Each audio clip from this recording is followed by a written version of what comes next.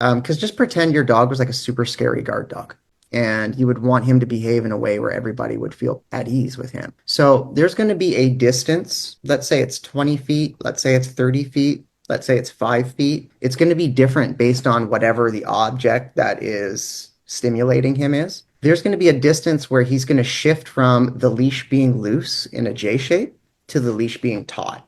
Let's let him be an individual and make a good choice. It's easier to train that way. And let's just say, what's his name? Just for fun. Mr. Darcy. My expectation of you, Darcy, is that you stand and move with me wherever we go while we're leashed in a J-shaped leash. Because when the shape of the leash is in J, he's actually paying attention to you. And if you're right on cue when the leash gets taut, then you want to move away from the magnet. Stand on the leash and put a few pieces of kibble on the ground at an angle where he has to turn his head and offer that object a calming signal. He'll scoop that up. Do it without talking to him. Don't add any flavor to the experience. When you're distracting him for being excited, you're not dealing with his ability. You're not dealing with his emotional intelligence. Also, it's a fear-based approach. You're afraid to let him feel that excitement. What we want to do is stand far enough away so that we're just behind that edge, that limit line, that invisible line where his leash is going to start tugging. And we want him to stand there and go through the sequence of surrendering. We want him to stand still. And it's going to look like this.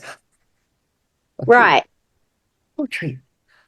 Oh, tree. Okay. Choosing. And you can help him by just touching his bum and have him sit. He'll pop up. He'll go down. People believe that they should be walking their dog from A to B and get the 20-minute walk in and check the box.